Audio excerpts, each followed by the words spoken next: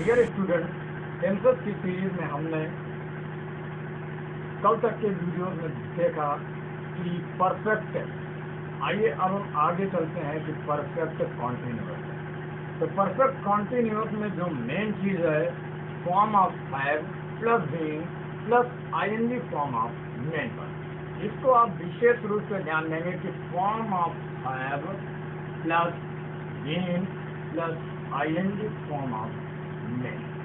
इसकी पहचान क्या है कि जिन वाक्यों के अंत में रहा है, रही है, रहे, प्रेजेंट टेंस के अंतर्गत रहा था, रही थी, रहे थे, पास्ट परफेक्ट कॉन्टिन्यूअस के अंतर्गत, और रहा होगा, रही होगी, रहे होंगे के साथ साथ समय भी दिया होता।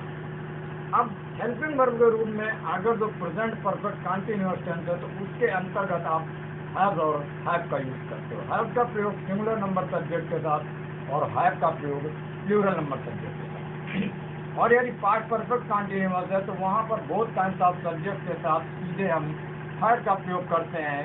और यदि हमारा फ्यूचर परफेक्ट कॉन्टिन्यूअस टेंस है तो वहाँ पर विल और शैल के साथ हैव लगाकर इन तीनों ही हेल्पिंग वर्ब के साथ प्लस बीन करते हैं और उसके साथ हमेशा ING form of main verb का प्रयोग करते हैं। यहाँ पर एक चीज और गौर करने वाली बात है कि यहाँ पर टेंस में आपको यानी कि कंटिन्यूटी के साथ जो कार्य है उसकी अनवरतता के साथ साथ आपको समय भी दिया होता है।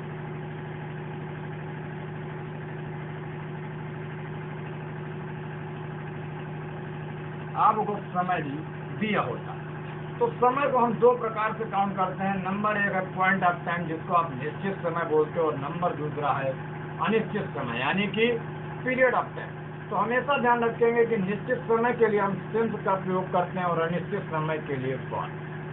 अब आप इसको कैसे आइडेंटिफाई करोगे कि कौन सा हमारा पॉइंट ऑफ टाइम और कौन सा पीरियड ऑफ टाइम। पीरियड का मतलब समयावधि, जहाँ पर एक अवधि दी हो, 2 मिनट, 4 मिनट, 2 घंटे, आधा घंटे, 2 वर्ष, 3 वर्ष, 10 दिन, 2 महीने।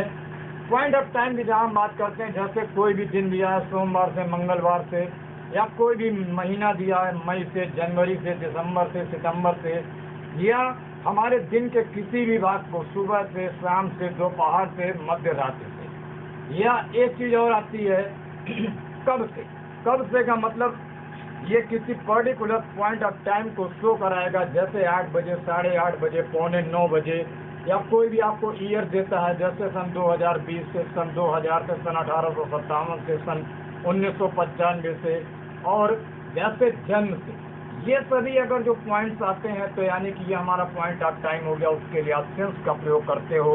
और इनके अन्य जैसे 10 मिनट से, 5 मिनट से, आधा घंटे से, 2 दिनों से, 3 सप्ताह से, 4 महीनों से, 10 वर्षों से, ये आदि चीजें आती हैं तो ये हमारा अनिश्चित समय, और इसके लिए आप फॉर का प्रयोग करते हैं। आइए अब हम अफर्मेटिव सेंटेंस देखते हैं। तो अफर्मेटिव सेंटेंस के स्ट्रक्चर को सबसे पहले नोटिस करते हैं। तो इसमें सबसे पहले सब्जेक्ट, उसके बाद हेल्पिंग वर्ब, और उसके बाद बीन, उसके बाद ING form of main verb, उसके बाद ऑब्जेक्ट, और उसके बाद अगर जो निश्चित समय है तो सिंस, और अनिश्चित समय है तो फॉर, और उसके बाद जितनी भी वाक्य में एडिशनल चीजें हैं उनको रखते हैं। आइए अब हम एग्जाम्पल से इन वाक्यों को देखते हैं।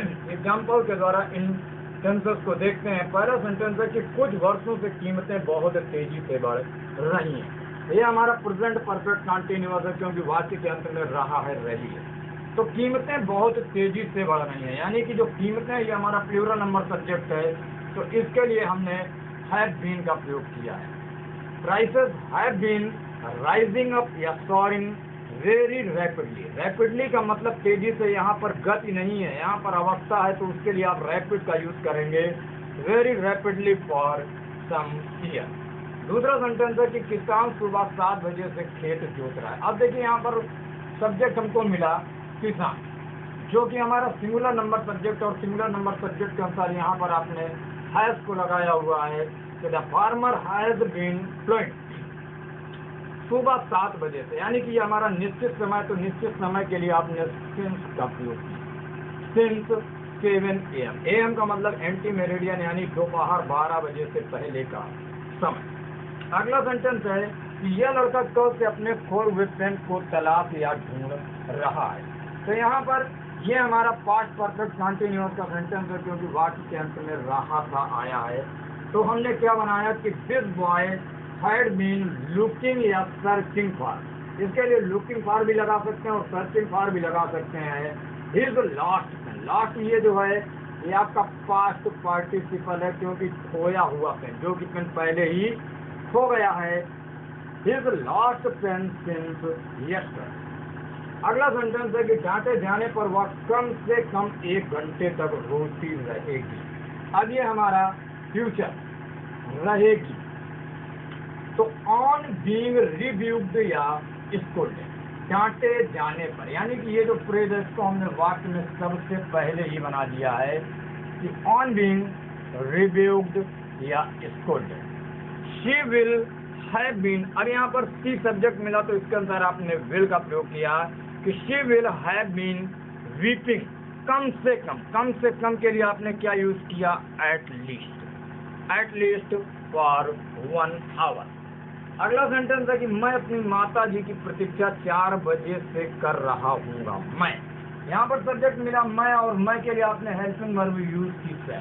तो I shall have been waiting for my mother since 4 o'clock। यहाँ पर ओ क्लॉक का मतलब क्या होता है, ऑफ द क्लॉक। आइए अब हम निगेटिव सेंटेंसेस को देखते हैं। तो निगेटिव सेंटेंस के अंतर्गत सबसे पहले हम स्ट्रक्चर को देखते हैं। तो स्ट्रक्चर के अंतर्गत सबसे पहले सब्जेक्ट, उसके बाद हेल्पिंग वर्ब, उसके बाद नॉट, उसके बाद बीन, और उसके बाद ING form of main verb, और उसके बाद ऑब्जेक्ट, और उसके बाद सिंस या फॉर, और लास्ट में जाके जितनी भी हमारी वाक्य में एडिशनल चीजें बचेंगी उनको रख देंगे। पहला सेंटेंस है कि पिछले हृदयाघात से वह वकालत नहीं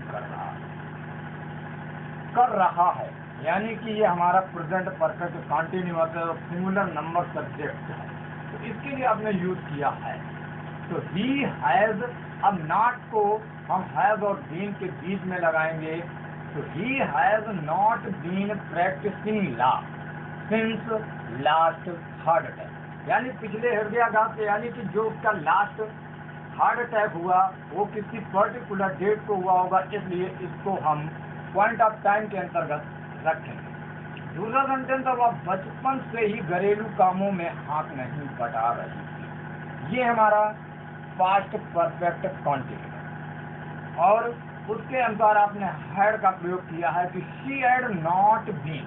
अब हाथ बढ़ाने का मतलब हिस्सेदारी करना या हिस्सा लेना, तो इसके लिए 2 बार हम यूज करते हैं, एक करते हैं टेक पार्ट और दूसरा करते हैं पार्टिसिपेट। तो she had not been taking part या पार्टिसिपेटिंग इन, घरेलू कामों में। तो घरेलू के लिए आप 2 वर्ड यूज कर सकते हैं, पहला है हाउस होल्ड या दूसरा डोमेस्टिक।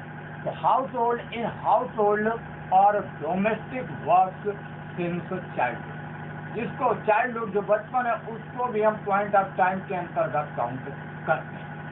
अगला सेंटेंस है उनमें कई दिनों से कोई विवाद नहीं चल रहा होगा।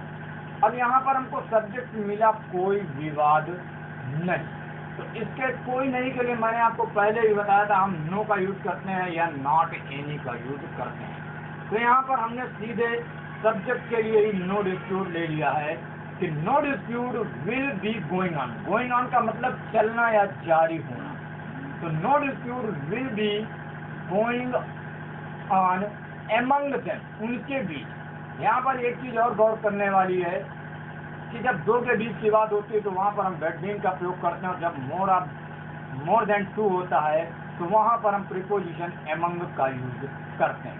तो no dispute will be going on among them for many days. आइए अब हम इंट्रोगेटिव सेंटेंसेस को देखते हैं। तो इसमें आपको मैं पहले भी कई बार बता चुका हूँ कि इंट्रोगेटिव सेंटेंस के अंतर्गत there are 2 kinds of interrogative sentence. First one is first type या सिंपल इंट्रोगेटिव। तो सिंपल इंट्रोगेटिव अगर जो होगा तो सबसे पहले आप उसमें हेल्पिंग वर्ब रखेंगे, उसके बाद सब्जेक्ट, और उसके बाद यदि वाक्य में नहीं है तो नॉट, और नहीं है तो फिर नॉट का प्रयोग नहीं करेंगे, और उसके बाद बीन, और उसके बाद ING form of main verb, उसके बाद ऑब्जेक्ट, उसके बाद सिंस और फॉर, और सबसे लास्ट में एडिशनल, और सबसे लास्ट में आप क्वेश्चन मार्क का प्रयोग अवश्य करें।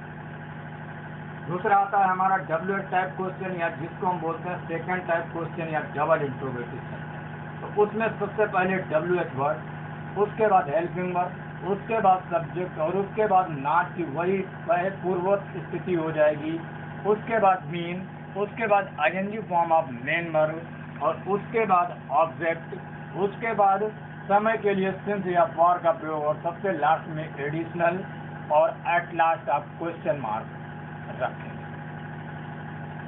सेंटेंस है, एग्जाम्पल है कि क्या एक चश्मदीद गवाह अप्रैल से अदालत में गवाही नहीं दे रहा है। ये हमारा प्रेजेंट परफेक्ट कॉन्टिन्यूअस रहा है, रही है, रहे हैं और समय भी आपको ऑलरेडी दिया हुआ है अप्रैल, जो कि निश्चित समय है, it is a particular month. तो एक चश्मदीद गवाह ये हमारा सिंगुलर नंबर सब्जेक्ट है, जिसके लिए हमने हैज हेल्पिंग वर्ब का प्रयोग वाक्य में सबसे पहले किया है। तो हैज एन आई विटनेस, एक चश्मदीद गवाह, not been bearing witness, bearing witness गवाही देना इन द कोर्ट अदालत में सिंस अप्रैल। इंट्रोगेटिव सेंटेंसेस की सीरीज में दूसरा सेंटेंस है कि तुम आधे घंटे से इन विद्यार्थियों को इमला क्यों बोल रहे हो। ये हमारा प्रेजेंट परफेक्ट कॉन्टिन्यूअस टेंस का सेंटेंस है और यहाँ पर आपको सब्जेक्ट मिला तुम, यानी प्लूरल नंबर है, इसके लिए आपने हैव का यूज किया। व्हाई हैव यू बीन, इमला बोलना, यानी ये एक वर्ब है डिक्टेट, और अगर जो इसका आप नाउन देखते हो इमला तो उसको हम बोलते हैं डिक्टेशन। तो why have you been dictating to these students for half an hour, आधे घंटे से 30 मिनट से, यानी कि ये हमारा पीरियड ऑफ टाइम है, तो इसके लिए आपने फॉर का यूज किया। अगला सेंटेंस है महेश कब से दिल्ली में रह रहा है। कब से यानी कि ये कोई पर्टिकुलर मंथ है या पर्टिकुलर डे है या पर्टिकुलर डेट है या पर्टिकुलर ईयर है, यानी कि ये हमारा पॉइंट ऑफ टाइम है, जिसके लिए आपने यूज किया सिंस। तो since when had Mahesh been living, रहने के लिए हम लिव वर्ब और स्टे वर्ब दोनों का यूज कर सकते हैं। तो बीन लिविंग इन दिल्ली। अब इसी का दूसरा सेंटेंस है कि कितने समय से महेश दिल्ली में नहीं रह रहा था। अब यहाँ पर सेंटेंस आ गया कितने समय से, यानी कि ये हमारी पीरियड को शो करा रहा है, यानी कि ये हमारा पीरियड ऑफ टाइम है, अनिश्चित समय, जिसके लिए आपने सबसे पहले ही फॉर का यूज किया है और फॉर के साथ यहाँ पर कितने समय के लिए हाउ लॉन्ग का use. For how long had Mahesh not been staying या लिविंग इन दिल्ली। अगला सेंटेंस है कि क्या रवि 1994 से अपने गाँव नहीं जा रहा होगा। ये हमारा फ्यूचर परफेक्ट कॉन्टिन्यूअस का सेंटेंस है। तो ये हमारा सिंपल इंट्रोगेटिव है और रवि हमारा सिंगुलर नंबर सब्जेक्ट है, इसके लिए आपने विल का प्रयोग किया। Will Ravi not have been going to his village since 1994।